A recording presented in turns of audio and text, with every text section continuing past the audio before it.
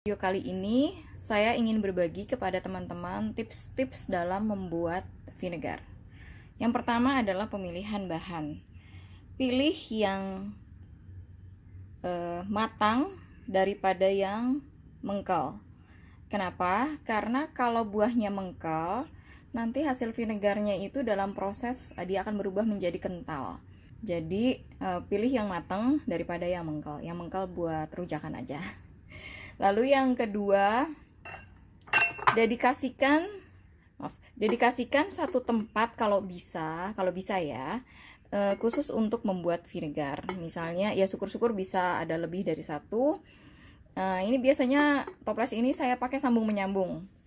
Habis selesai panen, barusan saya hari ini panen cuka belimbing, kemudian langsung saya pakai lagi untuk cuka nanas. Nah, jadi untuk pembersihannya jadi mudah. Jadi teman-teman nggak perlu steril yang berlebihan. Bahkan ini nggak pernah saya kasih air panas karena dia udah cuman saya cuci biasa aja. Bahkan seringkali juga saya gosok-gosok secukupnya, nggak perlu pakai sabun. Nah, apalagi misalnya cuka sebelumnya itu aman ya, jadi nggak ada kontaminasi dan sebagainya. Maka udah enak tuh. Tempat ini dia udah mikrobiotanya tuh udah sangat mendukung untuk pembuatan vinegar. Lalu pilih tutup kain daripada tutup toplesnya, karena seringkali walaupun kita tutup kendor, binatang-binatang kecil tuh masih bisa masuk dan seringkali suka ada ulat-ulat. Jadi dia itu suka nitipin telurnya di sekeliling pinggir-pinggir tepi toples, karena dia tahu bahwa tempat ini nutrisinya sangat baik untuk bakal anak-anak mereka, makanya suka kadang-kadang kok vinegar saya berulat. Nah, karena tutupnya nggak rapat. Jadi lebih baik tutup kain tapi diikat yang kenceng daripada pakai tutupnya kendor tapi malah masih bisa masuk ya binatang, bahkan semut ya kalau di awal-awal karena masih manis. Oh ya, jangan lupa juga ditanggalin dan diberi nama. Semeyakinkan apapun kita pada waktu membuat, saya bakalan inget, saya nggak bakal lupa. Ternyata kejadian saya selalu lupa.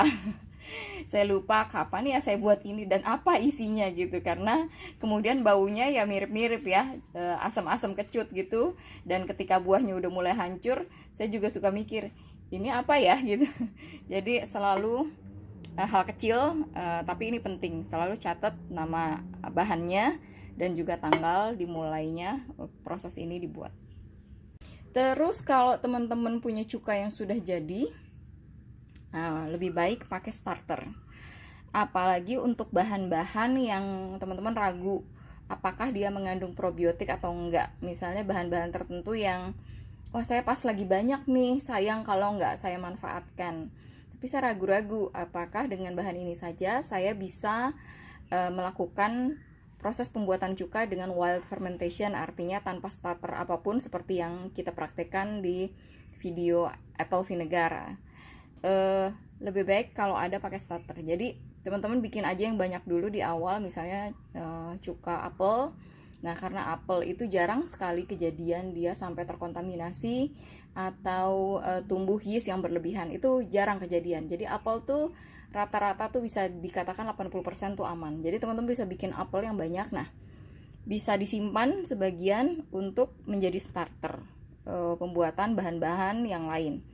Terus di pembuatan vinegar seringkali kita dapat bonus nih.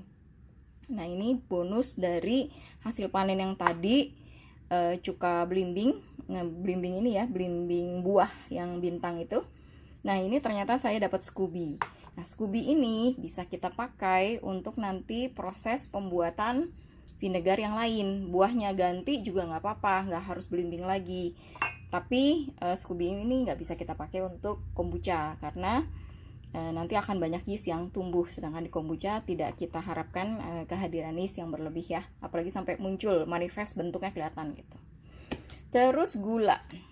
Saran saya sih, walaupun ya sekarang banyak alternatif gula yang konon lebih sehat, saran saya tetap pakai gula pasir dan bentuknya yang gini nih, yang agak butek ya, daripada yang rafinasi yang putih. Kenapa? Nggak usah khawatir, karena yang makan gula tuh bukan kita. Jadi kita itu mensuplai bakteri-bakteri yang akan tumbuh ini dengan makanan. Dan makanan yang paling mudah mereka cerna adalah gula yang gula sederhana seperti gula pasir ini, gula tebu ya.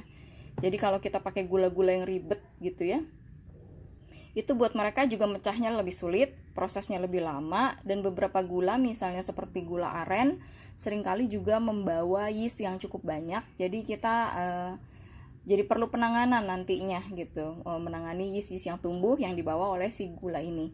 Sejauh ini kita praktek semua, termasuk teman-teman yang sudah di batch-batch sebelumnya, terbaik tetap pakai gula ini ya teman-teman. Dan nanti hasil akhirnya cuka ini bakalan hampir nol gulanya, jadi benar-benar bisa habis dimakan oleh bakteri dan mereka akan mengubahnya menjadi asam asetat. Nanti kalau ada tips-tips lain bisa ditanyakan, misalnya saya terlupa, saya akan jawab di dalam WhatsApp group.